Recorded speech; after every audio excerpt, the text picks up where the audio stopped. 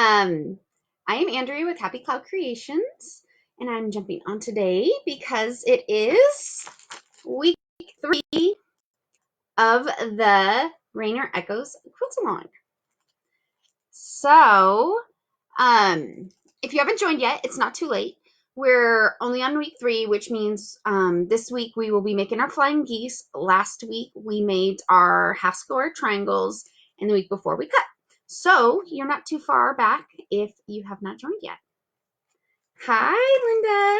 Hello, everyone.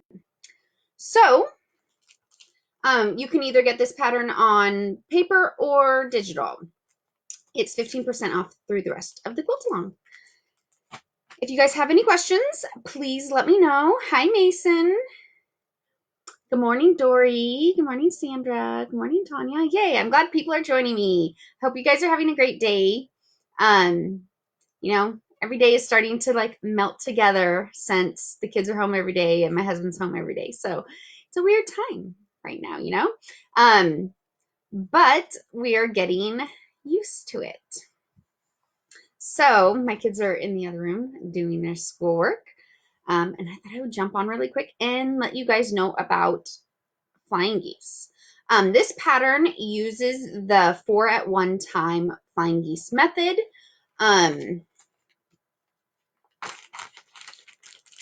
Some people like to use the 1 at a time method. If you prefer that, go for it. But I like the 4 at one time because they're really fast, and once you get used to them, they are fairly easy. And there's very minimal trimming once you're done. The invite was hard to find, and then it just popped up. Yeah, sometimes the Facebook notifications for these live events don't go out very quickly. Sometimes they're a little delayed, Sandra. So I got on a few minutes after 10 today. I was running a little late. I may do this one at 10:30 next Wednesday just because I'm seeming to wake up a little bit later than I used to. Since my husband's not going to work at 5 a.m., I'm not getting up at 5 a.m. I've been getting up, like today, I didn't get up till 7. So, and then getting the kids food and getting them all set up with schoolwork is taking a little longer than I had anticipated. So, let's get into it. If you have any questions about the flying geese, so this flying geese is on page 5 of the pattern. This represents all the combos you will need. So you'll need just one combo for the AB color. You'll need 2 combos for the BC color, 1 combo for the DA color, and 2 combos for the CD color. Each combo will make 4 flying geese.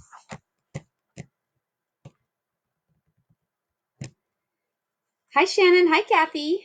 And right here, it tells you what size pieces you will need to make those flying geese.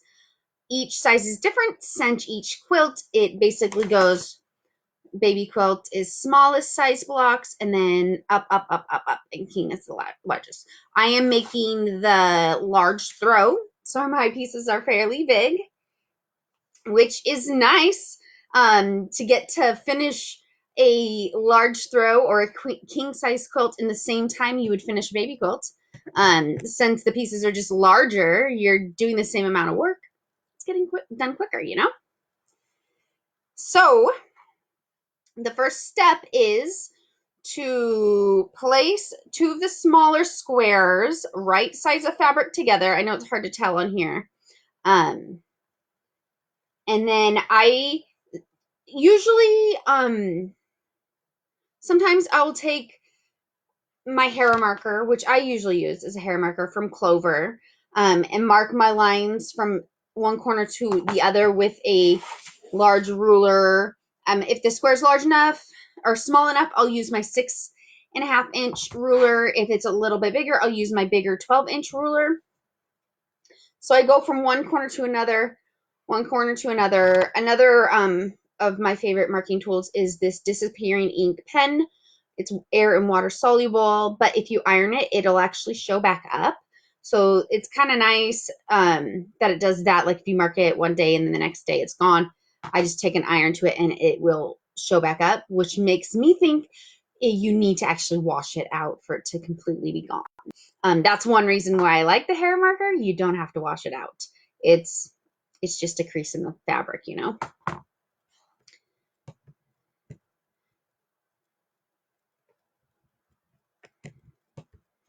Okay, so I will sometimes, if it's so large like this, I will mark out the individual squares first, and then I will lay them on my big square and pin them in place.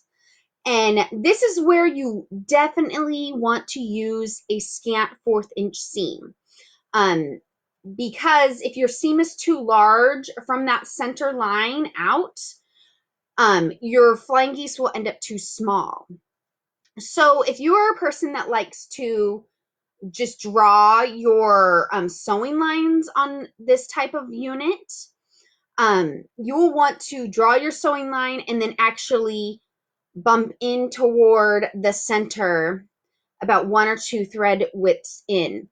It's a good idea to try this on scrap fabrics just so that you're not wasting your good fabric for your quilts. Because I know some people do like to just draw out their marked line because they don't have a scant 1/4 inch seam foot, which I have a foot that it basically just calls it a 1/4 inch foot for my Janome, and some are called a quilting foot, I think. I'm not sure.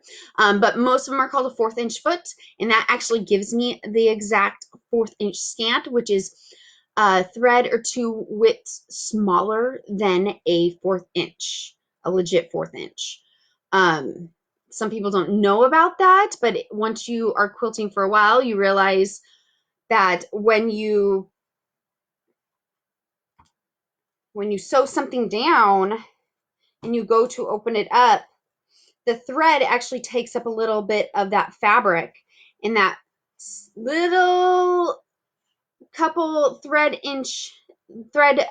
mark widths can take up more than you expected. So you want to make sure you're doing that 1/4 inch scant. So once you sew 1/4 inch scant from that center line, you can either use a ruler and a rotary blade cutter to cut it down the center. But I know some people have said in the past that they've slipped and then you ruin your whole unit, and what happens if you don't have extra fabric. So I like to just cut it down with my scissors. My husband got me these super sharp scissors. Love them. I'm on Amazon. So they go, it's nice to have sharp scissors because they go through the bulky areas easily.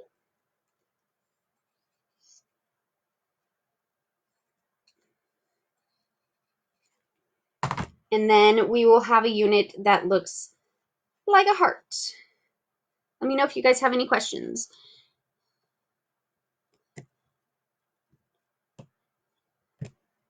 Yeah, Sandra said that she had to look it up and know where my foot has to be now.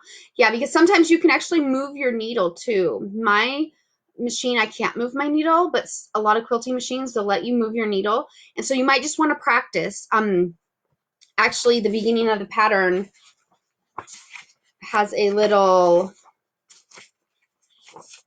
right here, it tells you how to test your scant 1/4 inch seam. You take 3 2.5 by 4 inch strips with right sides of fabric together. Sew the 3 strips together. And then this center piece will measure exactly 2 inches if you're using an exact or an exact 1/4 inch scant seam. Okay, so we got this heart-shaped piece. When you are ironing this, you want to make sure you are pressing. You don't want any movement when you're ironing it. You just want to press, set the seam, and you want to make sure it is straight as possible. If you're pressing it and it's bowed at all, your piece is going to turn out funky. So you want to press it. Then I like to finger press it open. And then I like to, with my iron, kind of go like this, press. This press. And just make sure this seam is as straight as possible when you're pressing it, because if this bows, then your blocks will end up funky and a little wonky. So I noticed that keeping this line as straight as possible when pressing really does help how they turn out in the end. So then we got this shaped piece. Hi, Cindy. And then you're going to add another small square on top of it, right sides of fabric together. I like it, mark your line from one corner to the other, pin in place. And then when you're sewing this, I'll show on Instagram first. You're going to want to make sure your seams are lining up between these two little corners. That's kind of will tell you that, okay, I'm doing an exact 1/4 inch scant. Sometimes it doesn't line up perfectly because maybe my fabric slipped a little, but most of the time you're starting your seam right here on those little, in between the little two triangles. And again, 1/4 inch scant. I draw a solid line like you do, and then I draw a broken 1/4 inch on either side of the solid line. I try to sew a scant toward the center of each broken line. I don't have a 1/4 inch. Exactly, Tanya. That's what I was trying to describe. If you like to draw out your lines, say these are your two outer lines and your center lines down the center, you're going to want to sew toward the inner of those two drawn lines. So just kind of bump it in, like have your needle going on the inside of those drawn lines, and then you should be getting a scant, 1/4 inch. Okay, so we got this sewn scant on each side of that drawn line. And this is where it's kind of bulky, and it's good to use some sharp scissors. I don't know, I feel like I'm just a little more precise with scissors than a rotary cutter with pieces like this. I just don't want to slip and ruin my whole unit, and then I have to redo it all, you know? So we got 2. So now we'll have 4 flying geese. Again, you got to set your seam with your iron. Just press. No steam, too. Sometimes steam can loosen things up a little, and if you're doing any motion with steam, it might make your block wonky. So just a hot, dry iron, press, then finger press it open, seam toward the little, what is it, the wing, I guess? I don't know.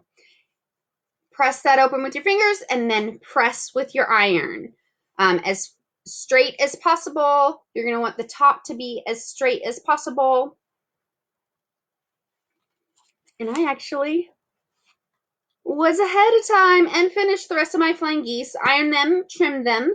When you're trimming your flying geese, you can either use your 6 by 24 inch ruler, which I don't know where mine is, or you can use a square.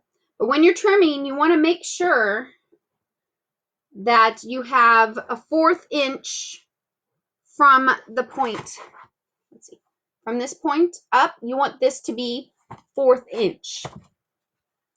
So from this point up, you want this to be a 1/4 inch. So when you're trimming and you say it's a little bit too big, you're going to want to trim from the bottom rather than the top, taking note of these little corners, making sure your fabric comes to the little points. Sometimes they don't turn out completely perfect. That's fine. Don't stress too much about it.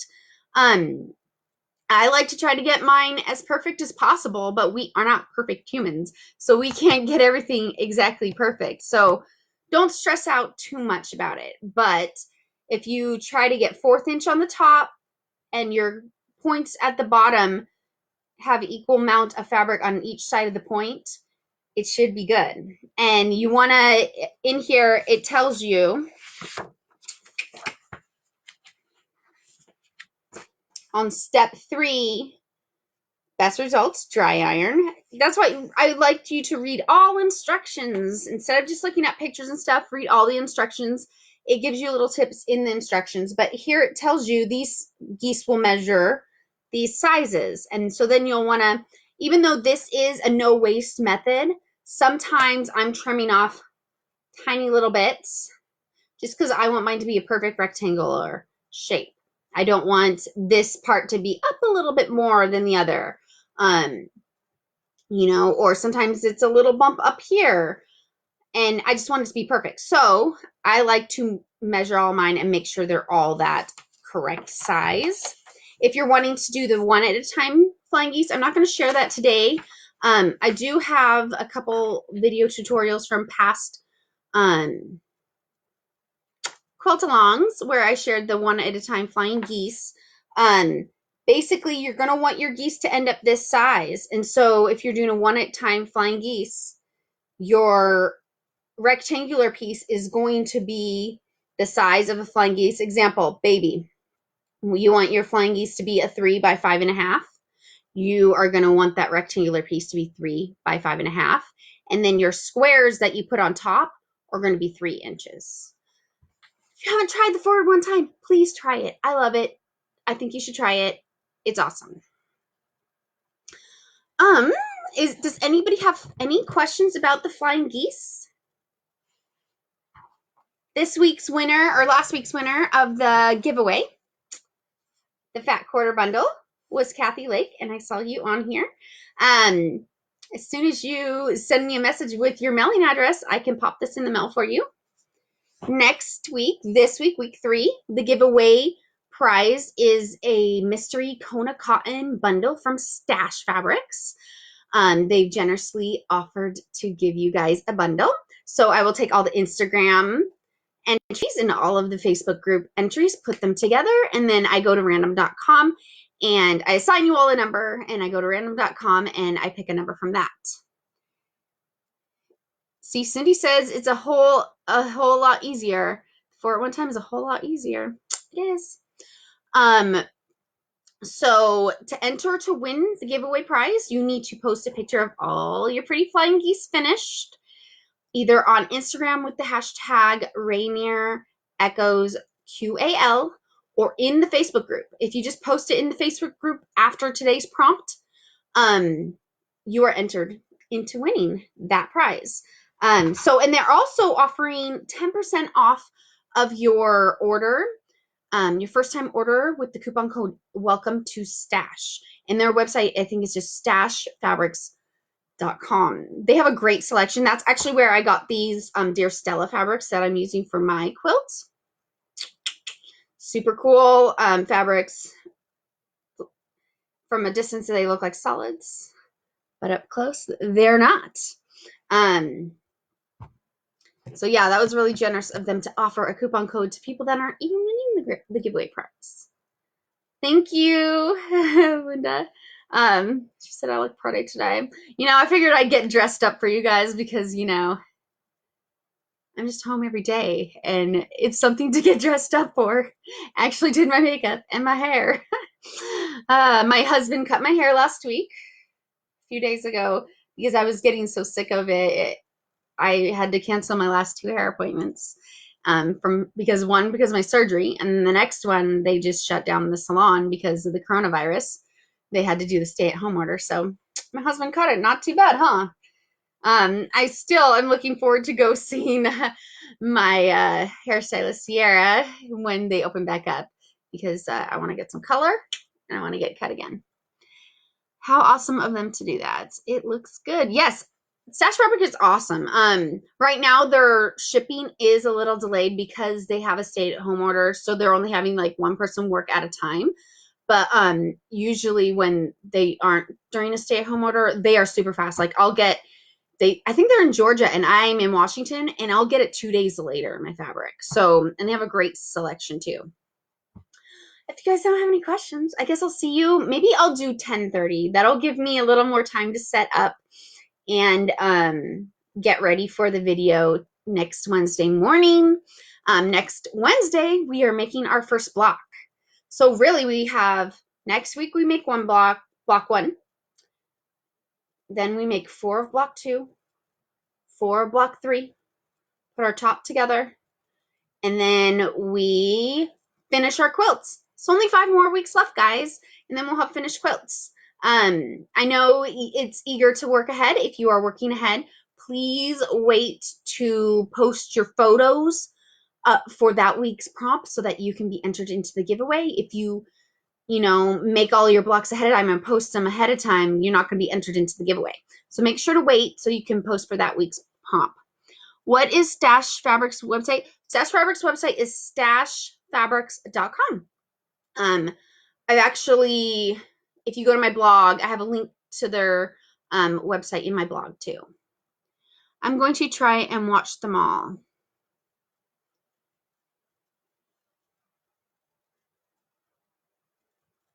I'm